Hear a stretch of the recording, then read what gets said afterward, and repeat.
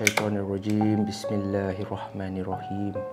So sebelum kita mulakan kisah pada malam ni, eloklah kita bakar bukur. Orang cakap ini apa ni?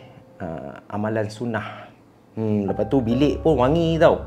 So kepada korang yang mengalami gangguan ke apa, ini bukanlah tu, ini ikhtiar. Kita ikhtiar, okey?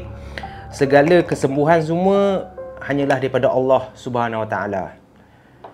So pada malam ni Zaf akan mulakan kisah yang pertama. Baru ada efek seram sikit. Alright, kisah ni berlaku pada tahun 2010 semasa Wahidah belajar di salah sebuah universiti pendidikan awam yang terletak dekat negeri Johor. Wahidah belajar dalam jurusan pertanian. Jadi kalau dah belajar jurusan pertanian, kebanyakan masa Wahidah akan lepak dekat ladang dan juga kandang. Dia ni akan buat kerja dekat situlah. Bukan duk borak dengan ayam ke apa. Adalah cucuk tanam, mengkaji pokok bunga, daun-daun apa semua. Siapa yang ambil bidang pertanian mesti tahulah. Dan Wahidah juga memegang jawatan dalam Majlis Perwakilan Pelajar ataupun dalam short form dia dipanggil MPP. Jadi semua yang berlaku kepada pelajar lain, Wahidah ni kena ambil tahu dan juga selesaikan segala masalah yang dihadapi oleh pelajar-pelajar kat situ. Kiranya dia ni dah ada memegang satu jawatan. Jadi bila ada jawatan, mestilah ada tanggungjawab. So nak dijadikan cerita, satu petang ni semasa Wahidah dan tim dia tengah jalani amali dekat area ladang adalah latihan, diorang dikerahkan untuk pulang ke asrama dalam jam 6 petang. Selepas jam 6 petang, tak ada seorang pun pelajar dibenarkan duduk dekat area ladang. Dan Wahidah pula kena pastikan yang semua pelajar bergerak ke asrama dan dia kena jadi orang terakhir yang tinggalkan dekat kawasan ladang tu. So pada masa tu, Wahidah ni memang dah pasti dah. Bila jam dah menunjukkan pukul 6, dia pun jadi orang terakhir yang tinggalkan ladang. Dan sebelum dia nak beredar daripada kawasan ladang, dia dah pusing banyak kali dengan salah seorang kawan dia. Asap ni macam tak ada efek pula kan. Kita letak belah sini lah supaya efek asap tu kuat sikit. Lepas dia dah pastikan semua pelajar tak ada, dia pun pergilah ke area pipe untuk bersihkan diri dengan lumpur. Yalah, kau dah dekat ladang tadi kan. Dan waktu Wahidah ni bersihkan diri, tiba-tiba dia ternampak salah seorang kawan dia yang dipanggil Noor, bukan nama sebenar. Dia ternampak Noor ni tadi dalam keadaan resah. Dan Noor ni masih ada dekat area ladang pada masa tu. Jadi bila Wahidah ni nampak macam tu, asap ni dah mengganggu pula lah. Dah aku rasa macam fogging pula. Sampai sakit tekak. Okey, macam ni. So bila kau duduk diam kat situ lah. So bila Wahidah ni dah pusing dekat area ladang tu, dia dah tak ada, dia dah yakin tak ada siapa dekat situ. Tiba-tiba dia nampak Noor ni berlari-lari dekat area ladang. Pada masa tu Wahidah dah pelik. Dia rasa, masa bila pula body gold ni masih ada dekat ladang? Bukan tadi dah belah ke? Dan belum sempat Wahidah ni nak pergi tegur Noor, tiba-tiba dia nampak Noor ni berlari terus meninggalkan kawasan ladang, pergi ke blok asrama. Dan waktu Wahidah nampak Noor ni berlari dengan cukup laju, Wahidah ni cuba kejar, tapi tak dapat. Wahidah ni dah pusing dah dekat blok asrama tu. Dekat dalam bilik Noor dia dah cari, dekat dalam tandas, bawah katil, belakang almari, dalam laci. Dalam laci pun Wahidah ni cari, tapi tak jumpa. So bila tak jumpa, disebabkan pada masa tu Wahidah ni kena juga bersiap sebab dah nak pukul 7 kan. Pelajar-pelajar diwajibkan untuk pergi ke masjid ataupun surau untuk menunaikan solat maghrib. Jadi disebabkan Wahidah ni takut dia lambat untuk solat berjamaah, Wahidah ni pun lantaklah Noor kan. Kau hilang kejap pun tak apalah. Lepas solat nanti barulah Wahidah ni akan cari Noor balik. So Wahidah ni bersiap-bersiap, dia pun pergi ke surau untuk menunaikan solat maghrib. Dan selepas solat maghrib, di sinilah segala-galanya bermula. Apabila Wahidah dia pergi ke bilik Noor dan dia dapati ada pula Noor ni dekat dalam bilik. Dan Noor pada masa tu tengah menunaikan solat. Kira Noor ni dia tak pergi ke surau untuk menunaikan solat. Jadi dalam hati Wahidah, lantak engkau lah. Janji engkau solat kan, janji engkau selamat, alhamdulillah. Sebab dia takut lah sebagai seorang yang memegang jawatan MPP, kalau apa-apa terjadi dekat salah seorang pelajar, Wahidah ni yang kena menjawab. Dan pada malam tu, segala-galanya kelihatan normal. Tak ada apa pun. Wahidah pun dia lepak dekat dalam bilik asrama dia. Dia berborak dengan kawan dia. Wahidah dan juga beberapa rakan dia yang sewaktu tu tengah rancak berborak, dikejutkan dengan satu situasi ataupun satu keadaan yang tak pernah disangka-sangka oleh Wahidah. Memang riuh, memang cokria, kelang kabut kau punya. Kenapa Zaf gelak? Selalunya bila gelak bermaksud otak dah jam, Mat. Engkau dah tak terfikir ayat yang selepas ni. Jadi kalau dah jadi macam tu, kita bersambung dalam episod. Bukan dalam episod yang akan datang, jangan risau. Kan nanti korang bengkak pula. Kita bersambung selepas ini dan aku akan kongsikan dengan korang apa yang berlaku kepada Wahidah.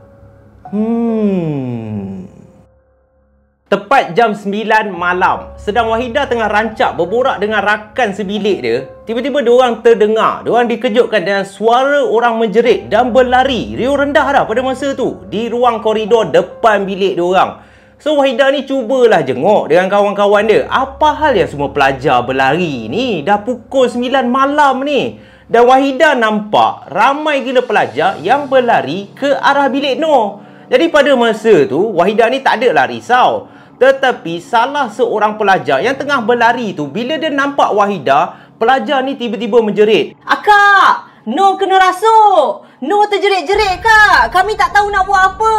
Tolong kami! Bila Wahidah terdengar, amboi, apa pelajar ni cakap Noh kena rasuk? Wahidah ni kira pelajar paling tua lah dekat situ. So semua pelajar-pelajar junior yang lain memang panggil Wahidah ni dengan gelaran kakak. Jadi bila terdengar macam tu, Wahidah ni terus arahkan semua pelajar perempuan untuk pergi ke surau dan duduk dekat surau sambil membuat bacaan Yasin. Sebab Wahidah ni dia perlulah menguruskan supaya keadaan tidak bertambah kecoh. Jadi Wahidah siap naik ke setiap bilik, panggil semua pelajar untuk turun dan pergi ke surau. Yang tak ada kena-mengena, kau tak payah nak menyemak. Kang nanti tak pasal-pasal daripada seorang kena rasuk, takut benda ni berjangkit. So masa Wahidah tengah uruskan pelajar lain, tiba-tiba Wahidah ternampak ada satu kelibat hitam yang terbang dan masuk ke salah satu bilik dekat hujung koridor berdekatan dekat kawasan tangga. Dan apabila Wahidah ternampak kelibat hitam tu, apa lagi, memang lari turun ke bawah lah. Wahidah ni pun dah takut gila dah. Dia pun tak pernah mengalami situasi macam tu. Tapi Wahidah ni tak maklumkan pada pelajar lain sebab dia takut lah kan nanti kalau semua dah panik, lagi pisang, Mat. Dan Wahidah terus berlari pergi ke bilik Noh dan hanya MPP ataupun orang yang ada jawatan saja yang boleh tinggal dekat bilik Noh untuk selamatkan, untuk tengokkan apa sebenarnya yang terjadi. Dekat situ ada salah seorang AJK kerohanian. Nama dia ni Ali. Ali ni pelajar lelaki lah. Dan Ali masa tu, waktu Wahidah sampai je, Ali ni sedang sibuk membaca doa pada Noh. Tapi masih tak nampak apa-apa perubahan pada diri Noh. Diorang dah maklumkan pada pegawai yang bertugas tentang Noh ni. Tapi mengambil masa sikit lah, lebih kurang dalam setengah jam untuk pegawai tu datang bersama seorang ustaz. Dan Ali ni nasib baiklah dia ada. Walaupun dia ni penakut, tetapi Ali ni dia ni pelajar silat. Jadi bila pelajar silat ni dia tahulah macam mana nak uruskan kalau Noh ni kena rasuk. Lebih kurang 30 minit juga diorang tunggu ustaz ni mai. Tapi tak datang-datang. Lambat betul ustaz ni. Dan waktu duk tunggu tu, tiba-tiba Noh yang daripada tadi meracau berubah dalam sekelip mata. Noh ni terus duduk bersila dekat tengah-tengah bilik dan dia duduk senyap je. Bila Wahidah nampak macam tu, dalam hati Wahidah, apa pula nak jadi ni? Hang jangan bukan-bukan lah. Tak payahlah nak sopan pula. Tadi elok je meracau, menjerit-jerit.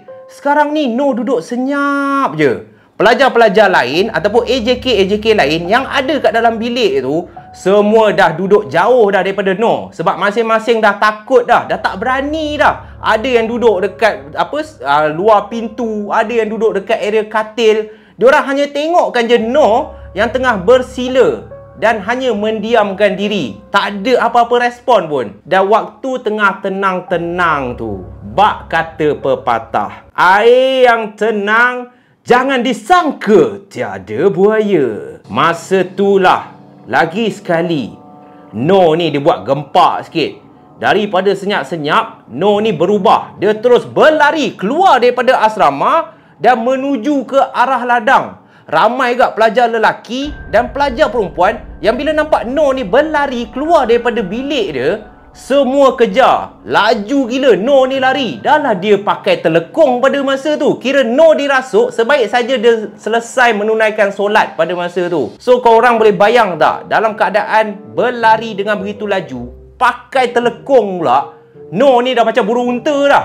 Dah nampak berkibar-kibar macam tu.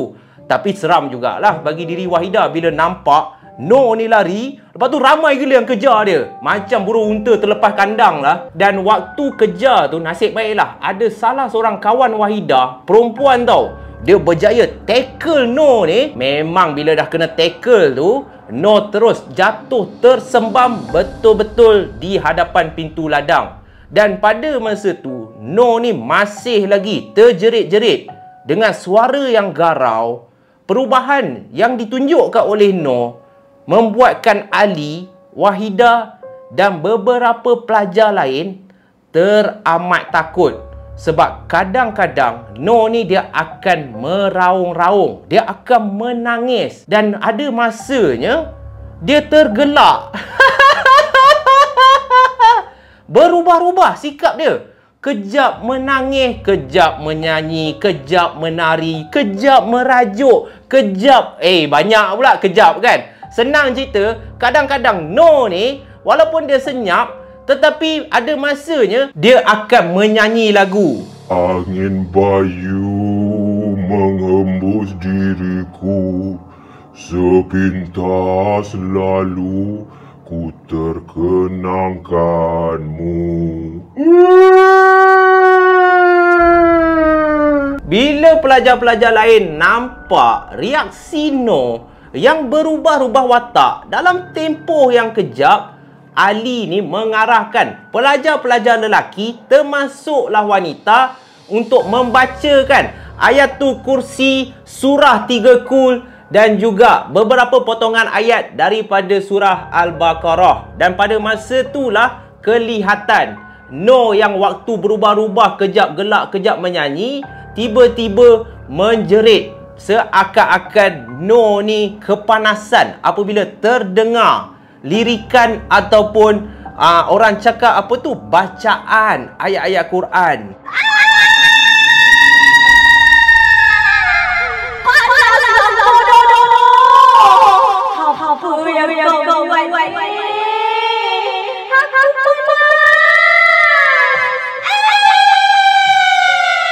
Dan Noh ni terus pengsan dekat situ juga. Itulah dia.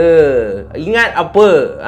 Ayat Quran ni, kalau jin terdengar, diorang akan rasa seperti diorang ni duduk dalam bara api yang sedang membakar diri diorang. Itulah betapa kuatnya ayat-ayat suci Al-Quran. Jadi bila Noh ni dah pengsan, Ali dan beberapa pelajar lain terus angkat Noh masuk ke dalam van pelajar, dan Ali memandu van tu untuk membawa Noh pergi ke pusat perubatan Islam disebabkan ustaz yang dijanjikan untuk datang tak datang-datang. Dan benda ni dicadangkan oleh Wahidah. Wahidah yang mengarahkan Ali, tak boleh jadi ni Li. Berapa lama yang kita nak kena tunggu ustaz datang ni? Kita dah lah tak tahu nak uruskan Noh ni. Kalau keadaan dia bertambah teruk, takut benda yang merasuk Noh ni akan berpindah dan berjangkit kepada pelajar-pelajar lain. Sebab pada masa tu pun Wahidah dapat rasakan yang badan dia tak sedap.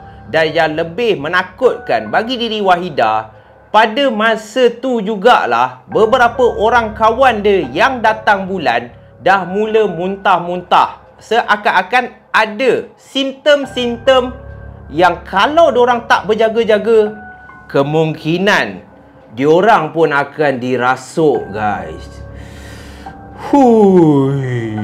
Very scary this story, man.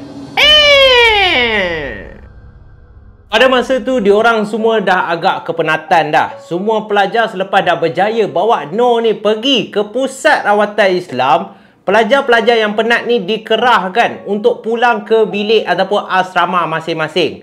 Dan selepas Noor telah pun dirawat oleh pakar perubatan Islam ataupun ustaz, tiba-tiba Ali ni datang berjumpa dengan Wahidah. Dan Ali ni ada memberitahu Wahidah untuk cuba cari kalau ada apa-apa barang yang pelik yang boleh Wahidah ni jumpa dekat dalam bilik Noor. Wahidah pun ikut je lah arahan yang diberikan oleh Ali.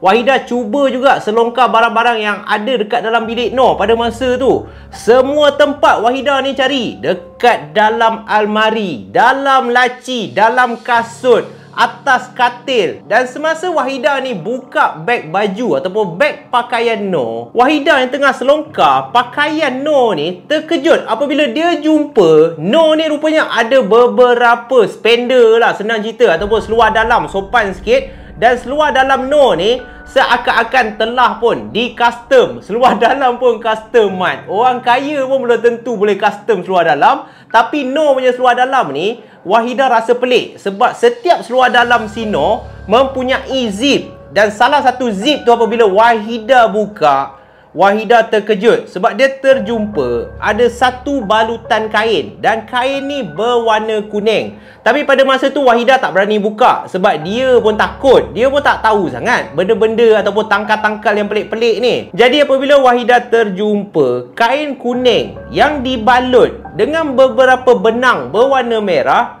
Wahidah pun teruslah bagi benda tu dekat Ali.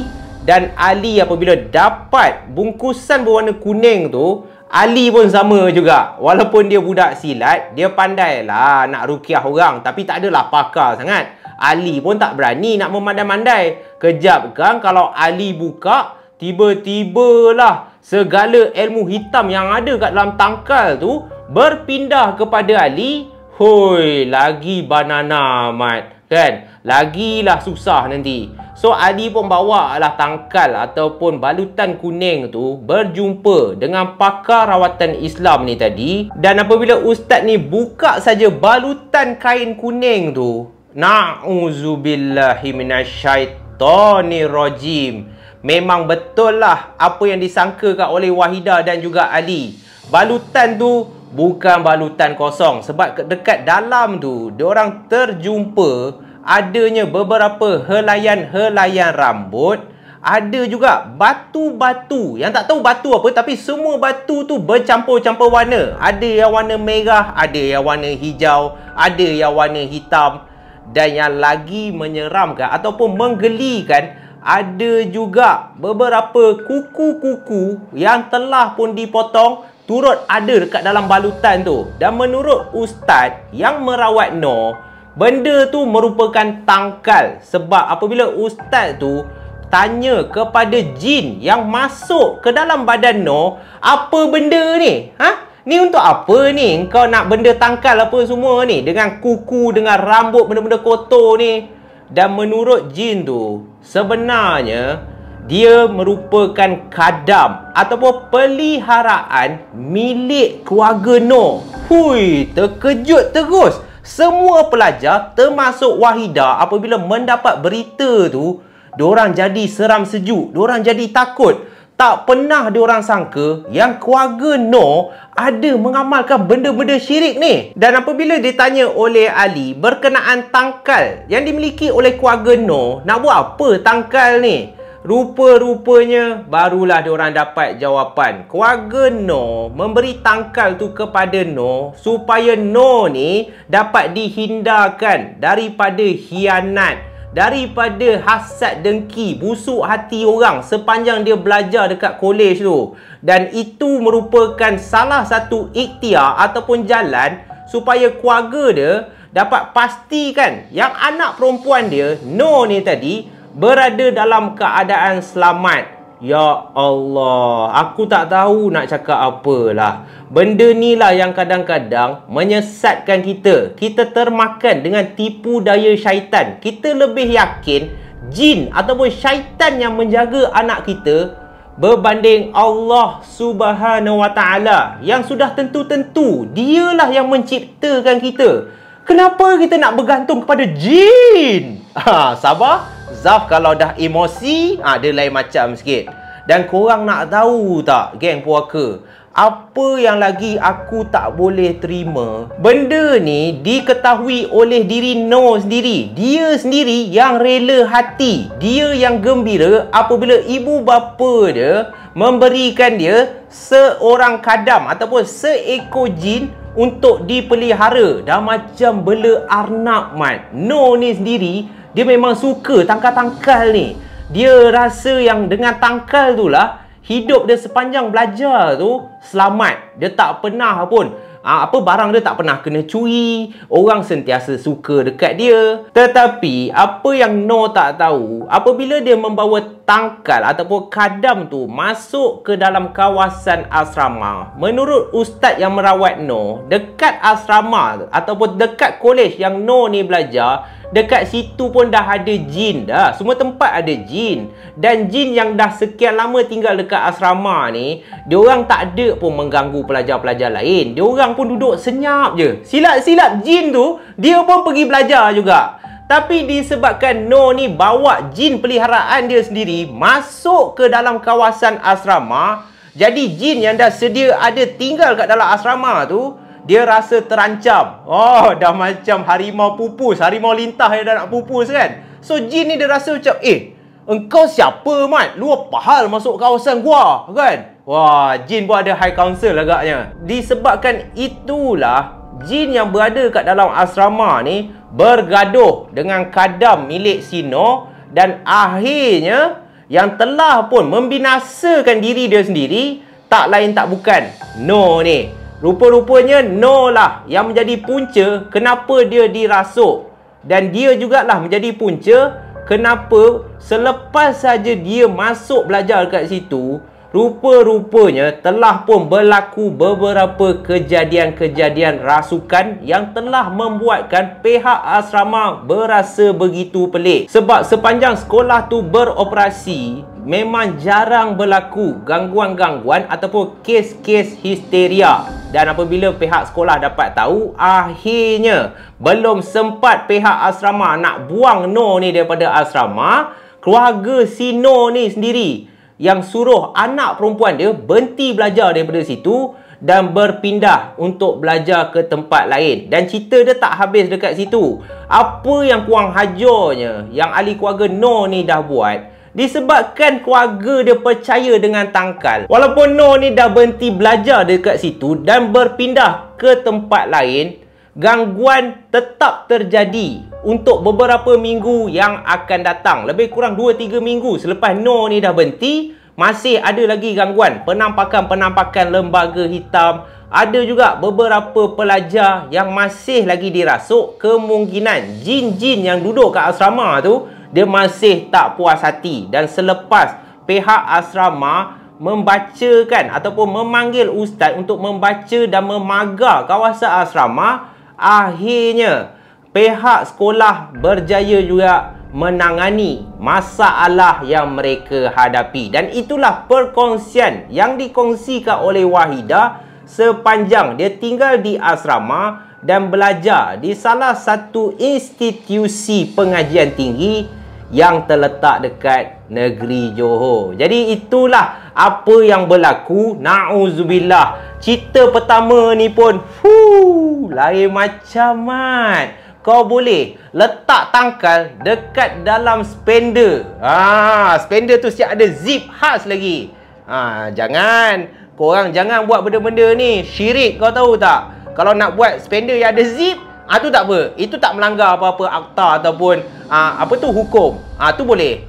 Tapi jangan selit benda-benda yang terlarang seperti tangkal lah, jin lah. Jin duduk dalam spender. Astaghfirullahalazim. Bau dia. Passion, mat, jin tu. Jadi tak nak lengah masa, kita teruskan dengan kisah yang kedua yang dialami oleh Farida pula. Let's go, guys. Kisah seram yang kedua terjadi kepada seorang pelajar yang ingin dikenali sebagai Farida, bukan nama sebenar. Kisah ni berlaku kepada Farida apabila dia sambung belajar di salah sebuah universiti yang terletak dekat area Lembah Kelang. Farida ni sepanjang dia belajar kat situ, dia sedar dia bukanlah pelajar yang cantik pun. Dia berkulit sawo matang, badan dia pun gempal-gempal sedikit. Dan dalam pelajaran, Farida ni bukan seorang yang cemerlang pun. Tapi nasib baiklah, perwatakan Farida ni cukup disenangi oleh cikgu-cikgu. So boleh dikatakan walaupun dia ni bukan pelajar cemerlang, tetapi cikgu-cikgu memang rapat betul dengan Farida. So kalau engkau dah rapat dengan cikgu-cikgu kat sekolah tu memang pelajar lain bengkak lah. Pelajar lain takkan suka punya. Memang kau akan kena palau lah dengan pelajar lain. Bukan tu je, budak-budak kelas memang malas nak berkawan dengan Farida. Semuanya palaukan Farida ni. Yelah, mana tak bengang. Kadang-kadang Farida ni siap keluar pergi tengok wayang dengan salah seorang cikgu yang dia rapat. Nama cikgu ni Cikgu Zarina.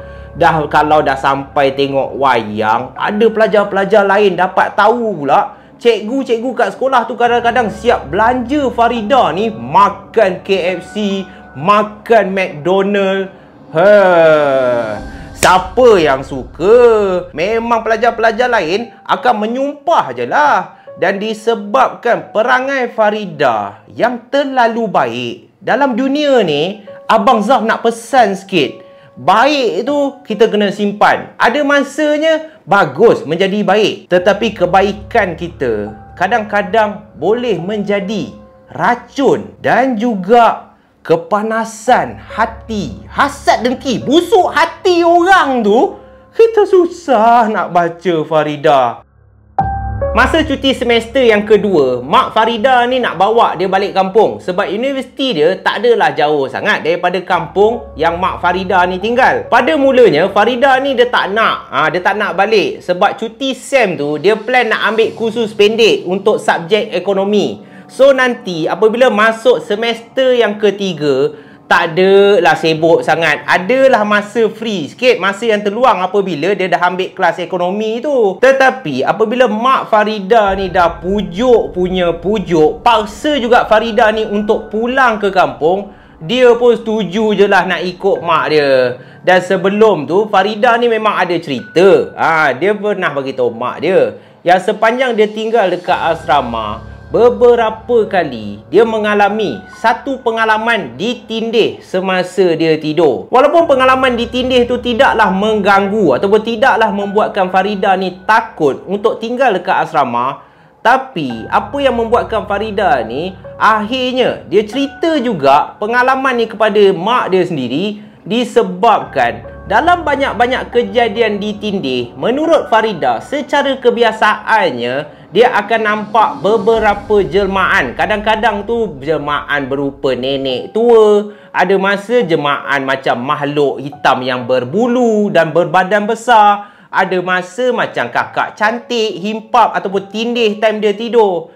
Tetapi ada salah satu jelmaan yang telah membuatkan Farida ni berasa teramat takut. Sebab jelmaan yang tindih dia merupakan orang yang dah meninggal dunia. Dan yang lagi menakutkan, orang yang meninggal dunia ni memang cukup rapat dengan Farida. Memang Farida ni cukup kenal. Jelmaan yang tindih Farida semasa dia tidur adalah jelmaan arwah pakcik dia sendiri. Dan apabila Farida bagi tahu mak dia, itu telah membuatkan mak Farida ni begitu risau.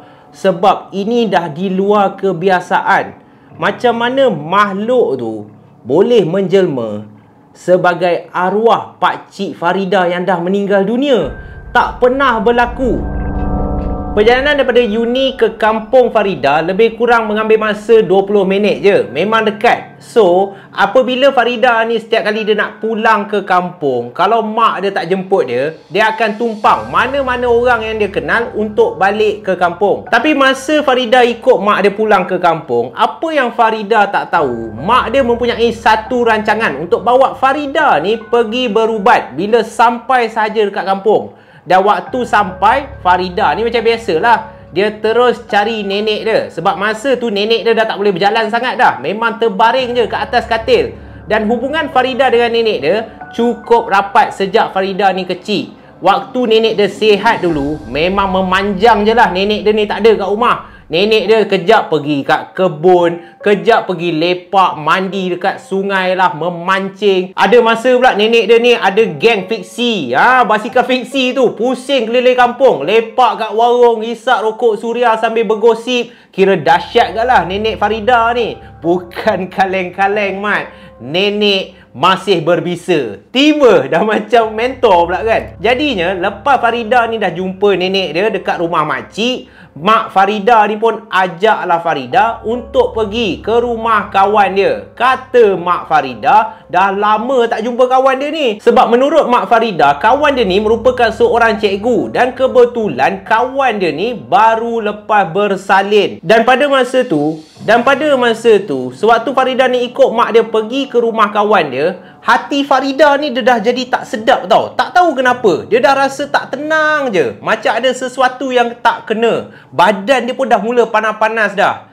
Dan sebaik saja sampai dekat rumah kawan mak Farida, tiba-tiba kaki dia terasa berat. Memang susah gila nak jalan. Jadinya dah masuk ke rumah tu, Farida rasa macam lain. Dengan kawan mak dia tu merokok lagi. Yang Farida ni pelik. Engkau dah lah perempuan. Engkau tu cikgu. Pakai tudung labuh apa semua. Tapi hisap rokok. Pelik betul lah.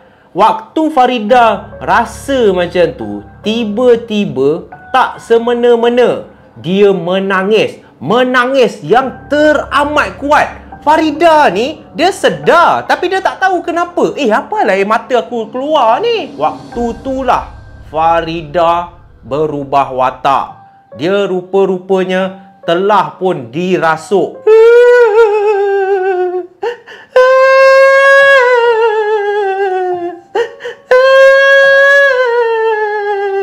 Pada masa tu Farida menangis sehinggalah dia tidak sedarkan diri. Dia pun jatuh pingsan. Sebaik saja dia terjaga daripada tidur, Farida ni dalam keadaan yang teramat lemah. Di samping dia adalah mak dia yang turut menangis sebab tengok anak perempuan dia ni cukup terseksa.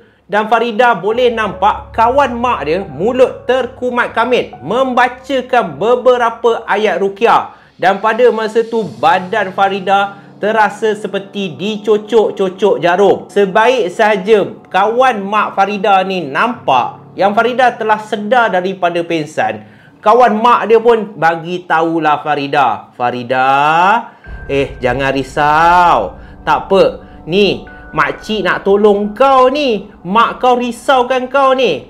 Makcik rasa engkau ni dah terkena hianat orang. Ada orang yang dah sihir kau. Sebaik saja Farida terdengar kawan mak dia cakap, rupa-rupanya Farida telah disihir begitu lama. Sejak dia di bangku sekolah menengah lagi, dia telah pun terkena sihir. Dan kalau geng puaka nak tahu, setelah dikaji, direnungkan sedalam-dalamnya oleh kawan mak Farida, dia dapati dalam tubuh badan Farida bukan seekor, bukan 2 ekor, tetapi 9 ekor jin yang duduk menghuni di dalam badan Farida hampir 5 tahun, guys. Allahu Akbar. Terkejut Farida pada masa tu.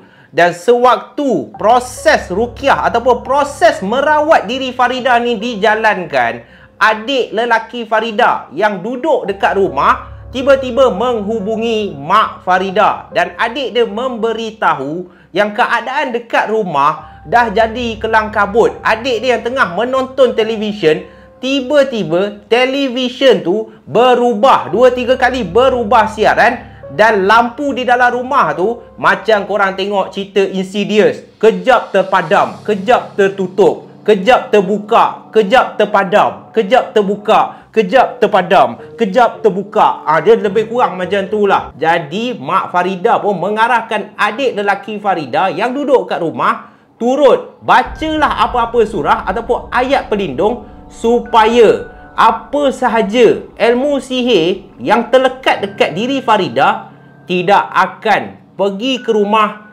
untuk mengganggu adik Farida pula. Sihir ni bukan biasa-biasa guys. Apa yang bakal berlaku sepanjang rawatan, Zah boleh katakan akan membuatkan semua geng puaka tidak akan percaya.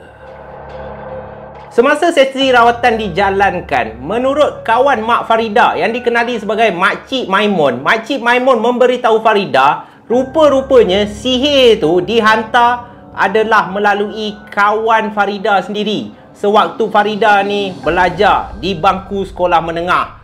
Dan yang lagi menyedihkan bagi diri Farida, dia tidak pernah sangka yang hantar tu adalah santau makanan. Yelah, kita kalau kawan kasih makanan, memang laju je lah rembat. Dan Farida syak kemungkinan besar sewaktu dia sekolah menengah, ada salah seorang kawan dia yang sering kali memberikan dia bekal makanan berupa nasi goreng. Dan menurut Makcik Maimun, kawan baik Farida sewaktu di bangku sekolah menengah, kemungkinan dialah yang hantar santau ataupun sihir tu kepada Farida. Allahu Akbar. Menurut Farida, selepas digambarkan oleh Makcik Maimun, Farida barulah teringat kawan dia yang menyihir dia ni memang perempuan yang nampak baik, perempuan yang cemerlang daripada segi pelajaran, perempuan yang cantik, bertudung labuh, kuat ilmu agama.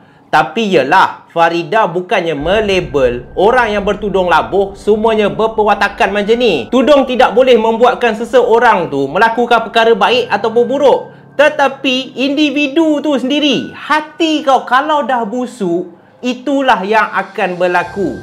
Bila dah berlaku macam tu, sampai 9 ekor dihantar untuk merosakkan tubuh badan Farida, barulah Farida faham kenapa period dia, cycle period dia kadang-kala tak berapa nak cantik.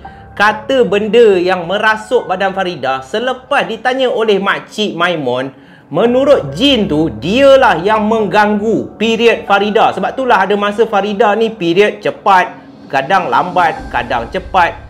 Tapi Farida tetap yakin itu bukanlah gangguan jin. Farida pun ada beritahu Makcik Maimun, kemungkinan besar disebabkan badan dia, berat badan dia berlebihan. Itu pun kadang-kadang boleh menjadi punca. Period ni ada masa cepat, ada masa lambat. Tapi bila Farida cakap macam tu, jin yang masuk dalam badan Farida ni terus marah pula. Tak ada.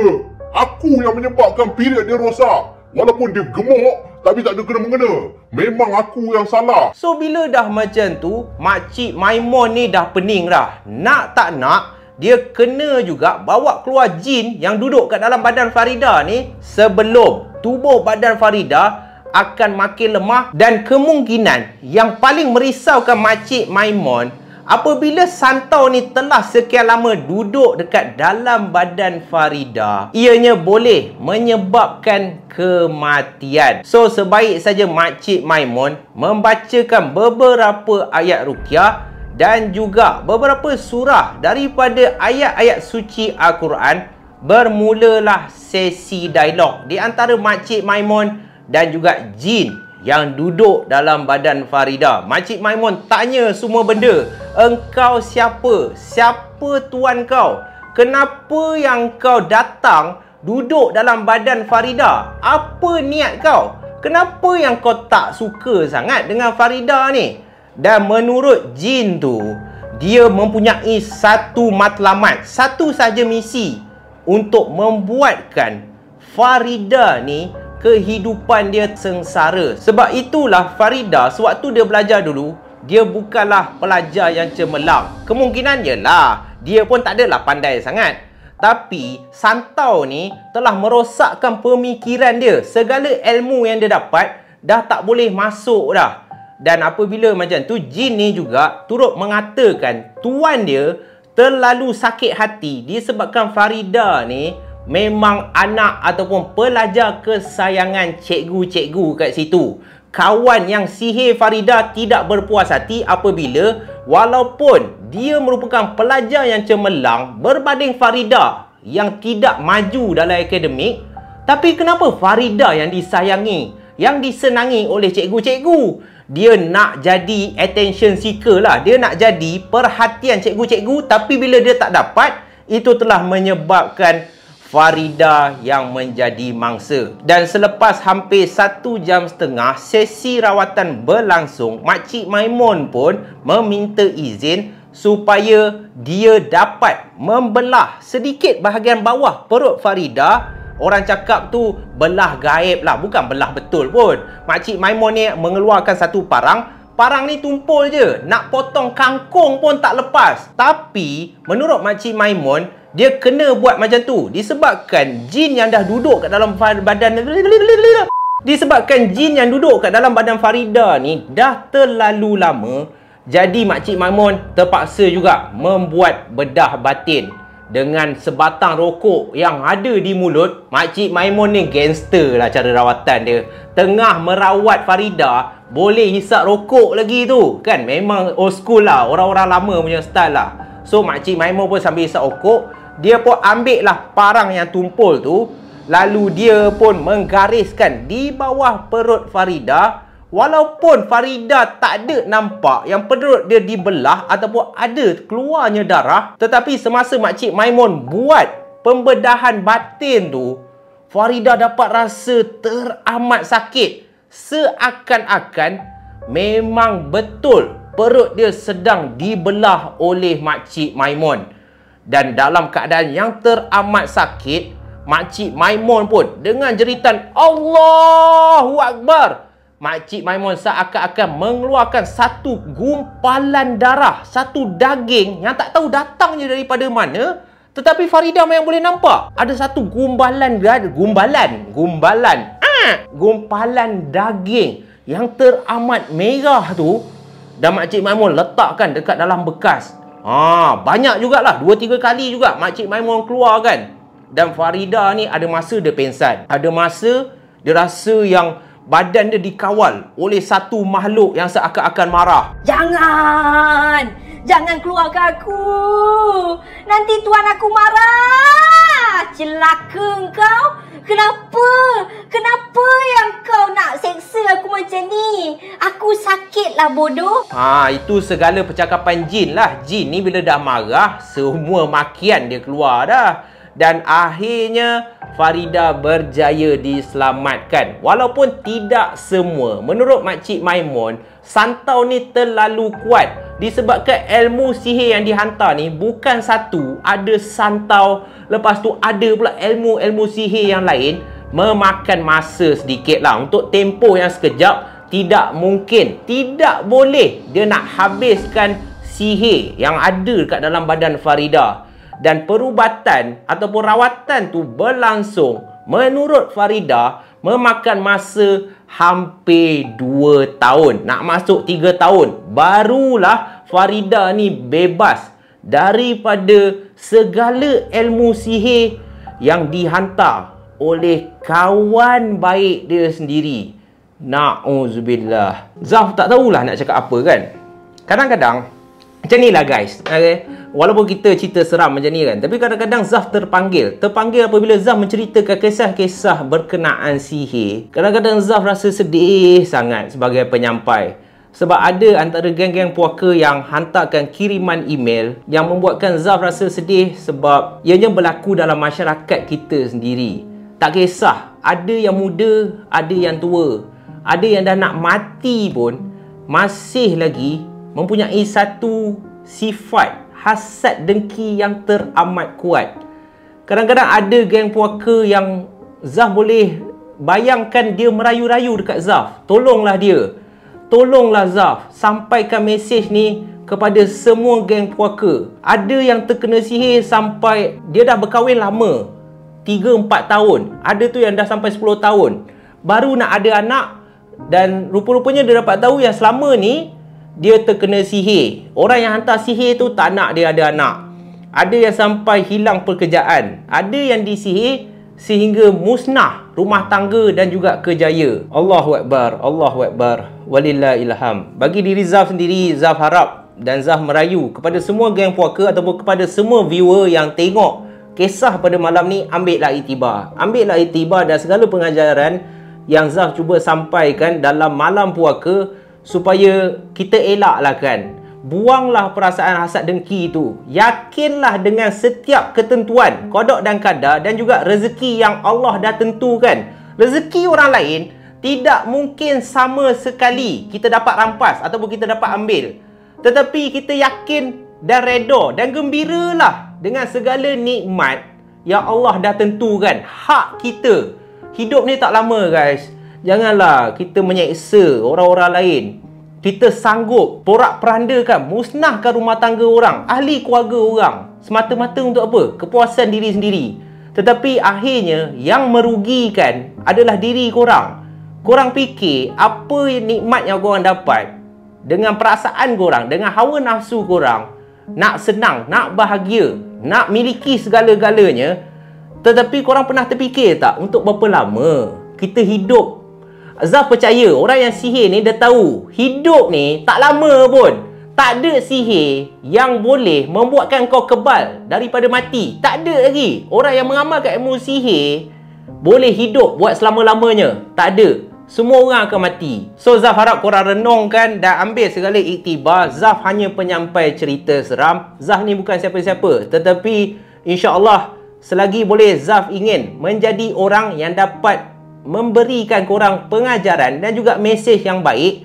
Walaupun benda ni tidaklah satu benda yang besar, tetapi sebagai seorang YouTuber, sebagai seorang content creator, bagi diri Zaf sendiri, tugas Zaf adalah menyampaikan segala mesej dan juga ilmu supaya kita semua mendapat sedikit pengajaran dan boleh menjadi hamba Allah yang daripada hari ke hari lebih baik dan lebih baik. InsyaAllah, dengan izin Allah. Jadi aku harap korang terhibur dengan segala kisah pada malam ni. Minta maaf kalau kisah pada malam ni pendek dan tak berapa nak menyeramkan. Zaf nak ucapkan terima kasih banyak-banyak. Segala sokongan korang hanya Allah Subhanahu Wa Taala saja yang mampu membalas. InsyaAllah Zaf takkan sesekali lupakan geng puaka. Macam biasa, kalau korang suka, korang boleh tekan button subscribe dan juga button like. Itu amat membantu Zaf channel. Tolonglah, ramai yang tak subscribe, tolonglah subscribe. Dapatlah korang membantu Zaf, walaupun tak banyak tapi sikit lah kan.